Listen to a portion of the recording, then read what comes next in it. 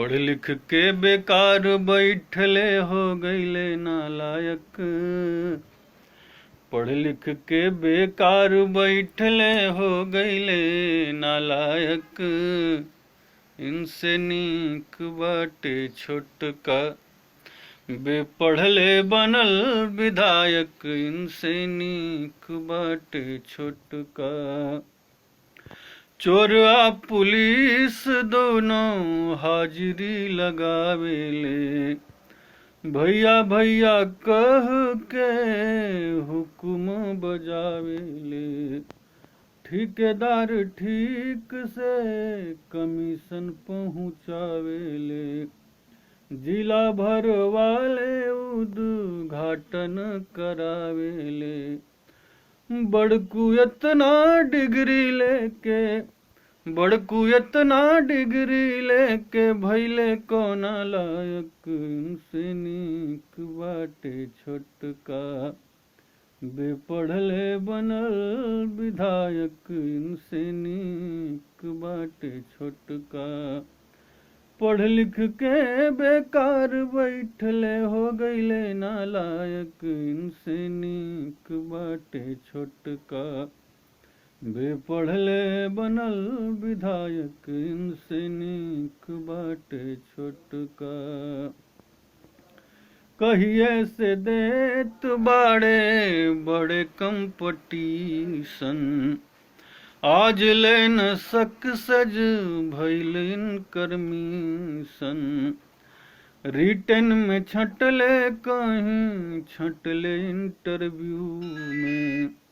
आज ले लागल बाड़े नौकरी के क्यू में। झूठ के दुनिया में भइल बाड़े सच के गायक। झूठ के दुनिया में भइल बाड़े सच के गायक। इनसे नीक बाटे छोटका बेपढ़ले बनल विधायक। इनसे नीक बाटे छोटका बेपढ़ले बनल विधायक। और एक गीत और सुने। लक्ष्मी की बड़ी महिमा है संसार में, किस हद तक है ये देखिए। अरे बड़का गवैया के नेता अभिनेता के। बड़का गवैया के नेता अभिनेता के। राजा या प्रजा सबका के भावेलू। ए लक्ष्मी मैया तू सबके नचावेलू। ए लक्ष्मी मैया तू सबके नचावेलू। आदमी के भगिया के डोर तोहरा हाथ में। बढ़ी जाला मान तू रहेलू जेकरा साथ में। तोहरा कृपा से न काम रुके कोनो। तोहरा कृपा से न काम रुके कोनो। बैठल मनई के चट दौड़ावेलू। ए लक्ष्मी मैया तू सबके नचावेलू। ए लक्ष्मी मैया। क्रिमिनल के तने कैबिनेट में बैठवलू। क्रिमिनल के तने कैबिनेट में बैठवलू। अपना सवारी के जेट में बैठवलू।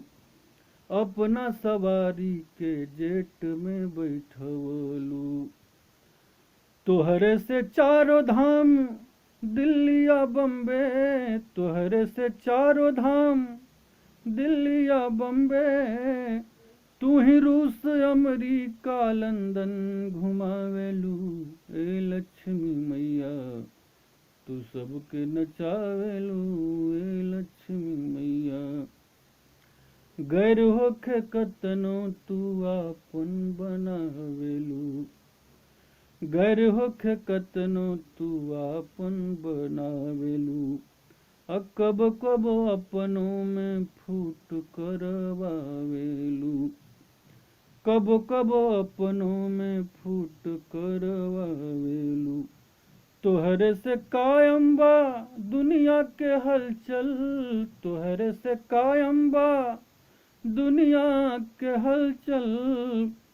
तू ही रामायण महाभारत करवावेलू ए लक्ष्मी मैया, तू सबके नचावेलू। बड़का गवैया के नेता अभिनेता के, राजा या प्रजा सबका के भावेलू ए लक्ष्मी मैया, तू सबके नचावेलू ए लक्ष्मी मैया, तू सबके नचावेलू।